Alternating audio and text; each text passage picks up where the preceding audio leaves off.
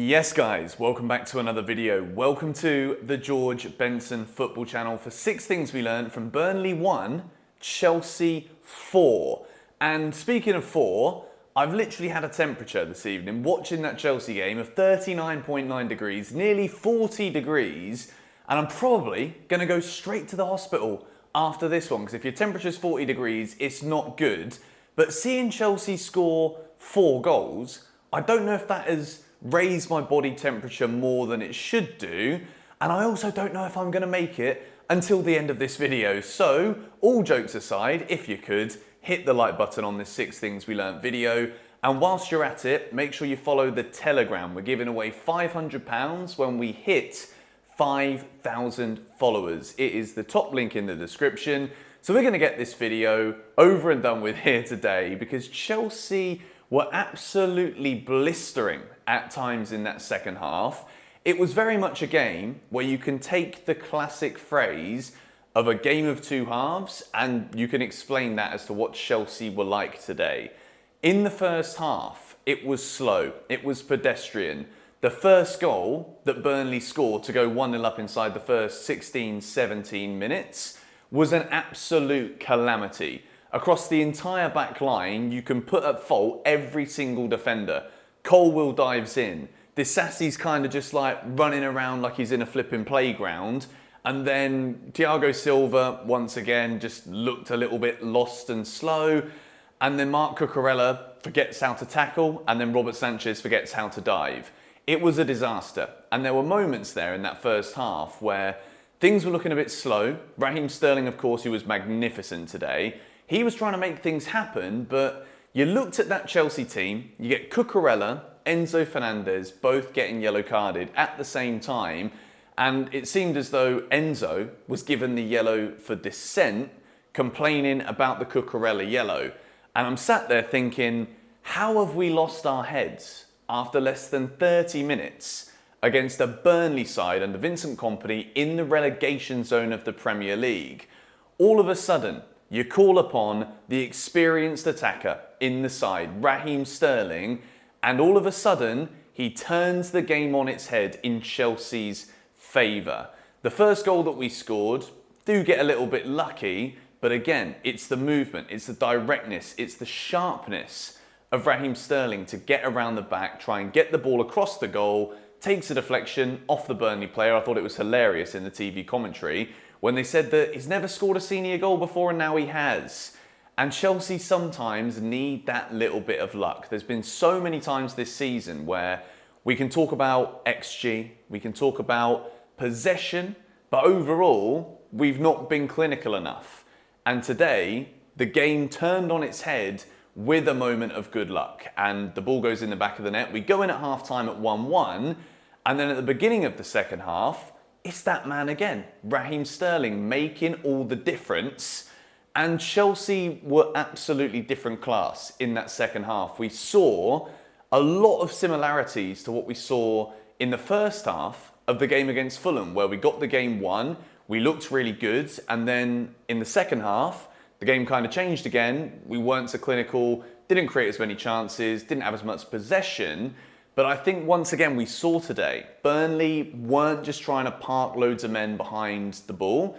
We weren't struggling to break them down because Burnley were trying to progress up the field, which allowed for spaces for Chelsea. We saw the brilliance of Moises Caicedo making those really good long balls.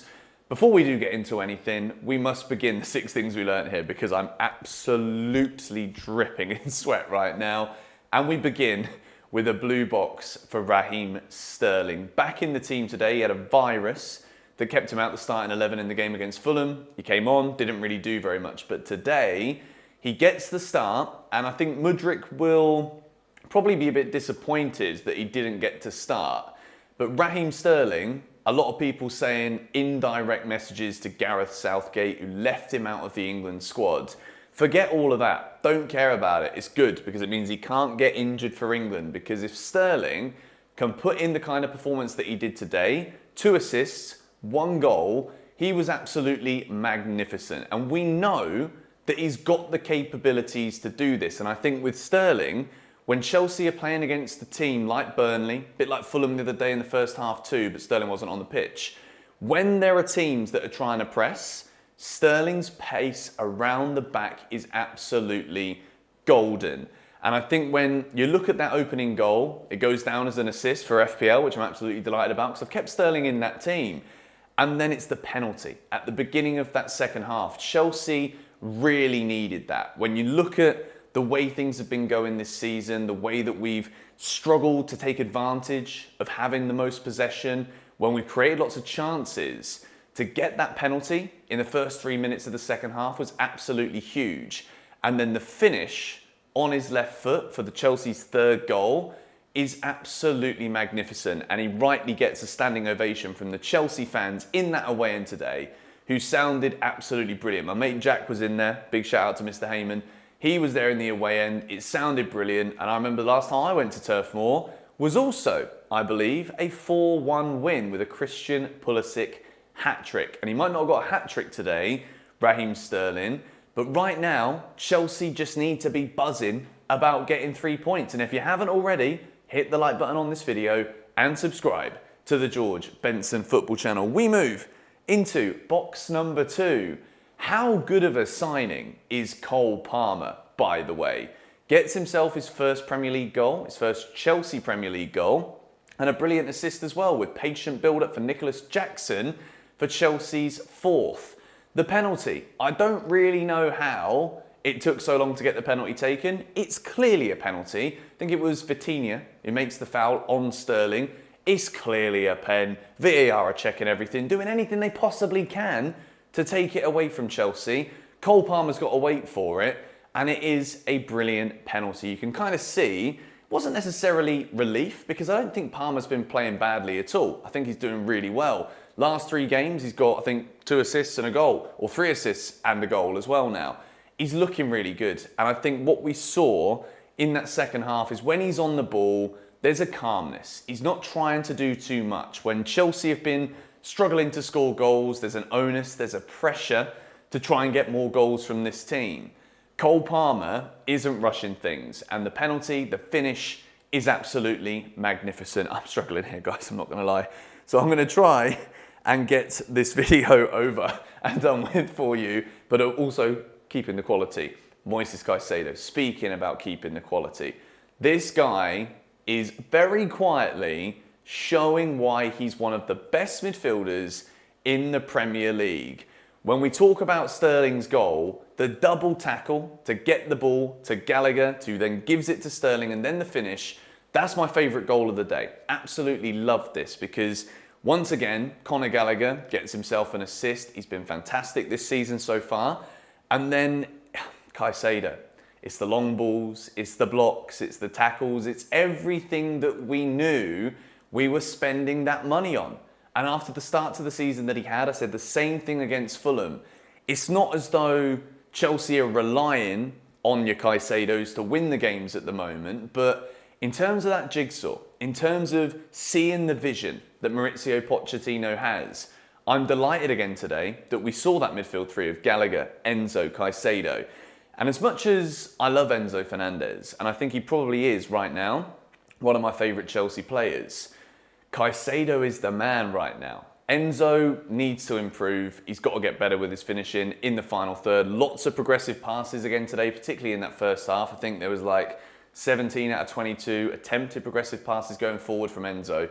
But Caicedo is just bringing it all. And I say quietly because when you spend 100 million on a player, people are going to be reluctant to give praise unless it's like a 100 million moment, if that makes sense, which is probably why when we move into, in fact, no, Nicolas Jackson is box number 4.